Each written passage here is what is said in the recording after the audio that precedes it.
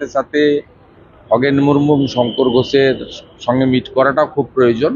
ও সর্বোপরি relief work বা যা যা হচ্ছে সবটাতে আমাদের ভারতীয় জনতা পার্টির সাংসদ, বিধায়ক এবং কর্মীরা প্রত্যক্ষভাবে যুক্ত হয়েছে এবং আমরা ইতিমধ্যে গত 36 ঘন্টাতে ধরতে পারেন আমরা 15,000 লোককে রিলিফ কিট ডিস্ট্রিবিউশন করেছি।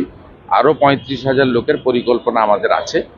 আমাদের 8 জন বিধায়ক 21টা ফুড ক্যাম্প চালাচ্ছে প্রত্যেকটা অ্যাসেম্বলিতে।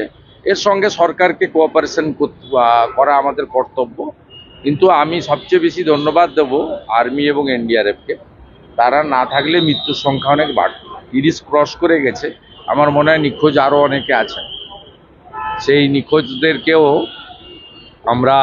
নিখোঁজদেরও আমরা ব্যাপারে চিন্তিত আছি। আর সাথে সাথে মাননীয় প্রধানমন্ত্রী 2.5 লক্ষ টাকা তার প্রধানমন্ত্রী পিএম রিলিফ ফান্ড থেকে ডিক্লেয়ার করেছেন নিহতদের পরিবারের জন্য এবং 50,000 টাকা করে আহতদের জন্য। রাজ্য সরকারের পক্ষ থেকেও 5 লক্ষ টাকা ক্ষতিপূরণের চেক মুখ্যমন্ত্রী দিয়েছেন।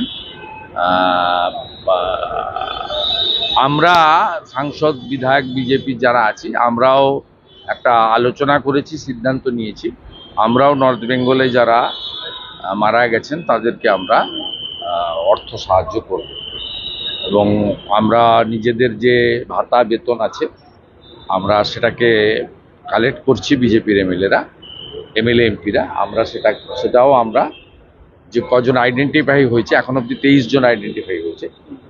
আমরা প্রত্যেক কেসের সংখ্যা যাই হোক, 30 হোক 35 হোক, যেখানে গিয়ে আমরা চাই না সংখ্যা বাড়ুক, প্রে টু গড আমরা এটা করব। এটা আমাদের মানবিক কর্তব্য আর এখানে সবাই মিলেমিশে কাজ করা উচিত।